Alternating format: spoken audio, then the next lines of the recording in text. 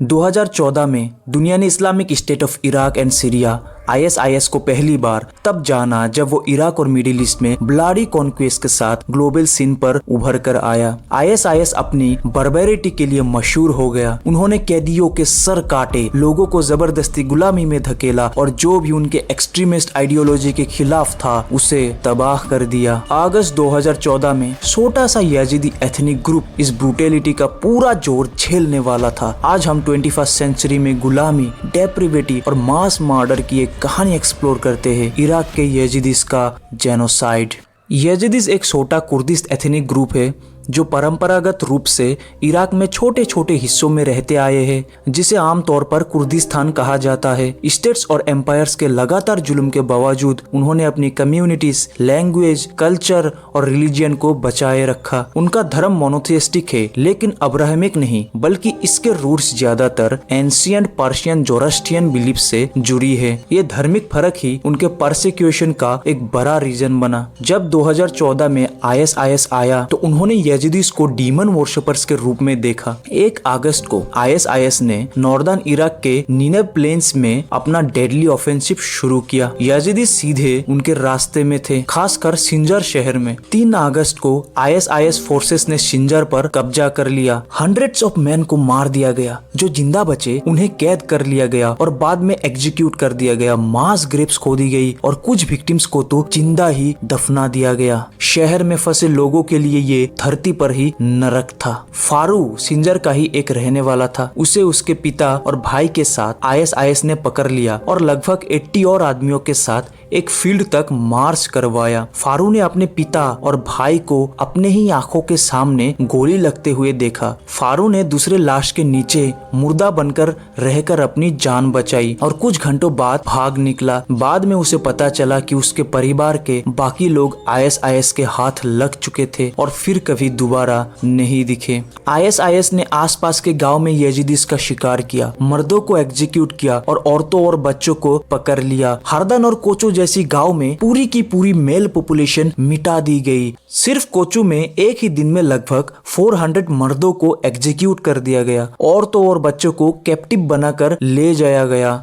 जो लोग भाग निकले उन्हें भी एक और खतरा झेलना पड़ा। हजारों लोग सिंजार माउंटेन्स में भाग गए बिना खाने पीने के। मदद पूछना मुश्किल हो गया। यूनिसेफ ने रिपोर्ट किया कि डिहाइड्रेशन से डजन्स ऑफ बच्चे मारे गए और हंड्रेड्स और एक्सपोजर, भूख और ISIS के अटैक से मारे गए। यजीदीज के खिलाफ ISIS का कैंपेन पॉलिटिकल नहीं बल्कि रिलीजियस था। उनका मकसद यजीदीज को एक कौम के रूप में मिटा देना था। पकड़े गए यजीदीज को चॉइस दी गई, कन्वर्ट हो जाओ या फिर मरो।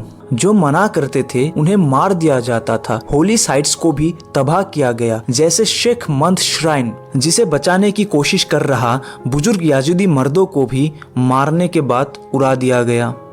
तेल अफर जेल में यजीदी मर्दों को फिर वही चॉइस दी गई, कन्वर्जन या एग्जीक्यूशन। सर्वाइवर्स के मुताबिक लगभग 200 मर्दों ने अपने धर्म छोड़ने से इनकार किया और उन्हें मार दिया गया। बच्चों को उनके माँ बाप से छीनकर मोसुल जैसे शहर में भेज दिया गया, जहां उनका इंडोक्ट्रिनेशन किया गया। इवन सोर्सेस ने बाद में सीवियर फिजिकल और सेक्सुअल एब्यूज के सबूत पाए। एंड औरतों को कोई रियल चॉइस नहीं दी गई, उन्हें जबरदस्ती कन्वर्ट कराया गया, इस्लामिक कपड़े पहनाया गया और सबमिट करने पर मजबूर किया गया। ISIS ने सेक्सुअल वायलेंस, फोर्स्ड मैरिज और स्लेवरी को जेनोसाइड के टूल्स के रूप में यूज किया। औरतों की वर्जिनिटी चेक की जाती थी। जो प्रेग्नेंट होती थी उन्हें जबरदस्ती एबॉर्शंस करवाए जाते थे। इस तरह कई औरतों ने अपने बच्चे खो दिए। इसके बाद फोर्स्ड मैरिजेस हुए। ये शादियां सिर्फ लंबे समय की अब्यूज की शुरुआत थी, जहां लड़कियों को फाइटर्स के बीच में घुमाया जाता था। सर्वाइवर्स ने बताया कि ISIS फाइटर्स मानते थे कि बार बार रेप करने से औरत इस्लाम में कन्वर्ट हो जाती है। कुछ औरतों को तो डजन्स मर्दों ने अब्यूज किया। औरतों और लड़कियों को ISIS के स्लेव मार्केट्स में बेचा गया। उन्हें एनिमल्स की तरह इंस्पेक्ट किया गया, पब्लिक में पैरेड कराया गया या प्राइवेट प्राइवेट ग्रुप्स में फोटोज के साथ ऑनलाइन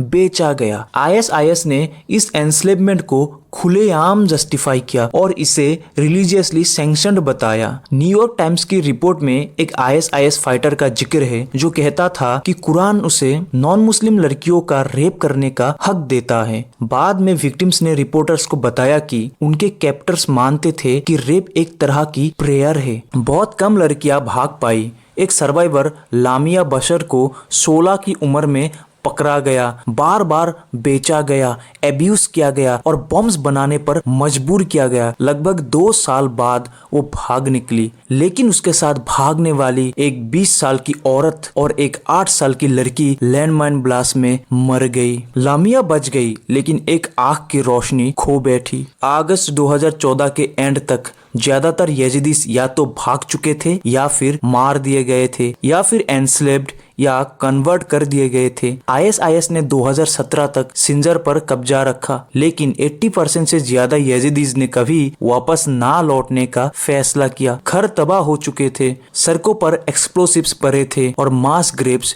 मिल चुकी थी। लगभग 1/3 पकड़ी गई यजीदी औरतें और लड़कियां आज भी लापता है। 2020 तक भी आईएसआईएस के बचे खुचे लोग यजीदी औरतों को बेच रहे थे या मैसेजिंग ऐप के जरिए रैंसम मांग रहे थे। नवंबर 2021 में जर्मनी में एक आईएसआईएस मेंबर को यजीदीज के खिलाफ जुर्मों के लिए कन्विक्ट किया गया। जर्मनी इराक के बाहर सबसे बड़ी यजीदी डियास्पोरा को होस्ट करता है। स्टडीज दिखाती है कि वहाँ के यजीदीज किसी न किसी जेनोसाइड विक्टिम को पर्सनली जानते हैं।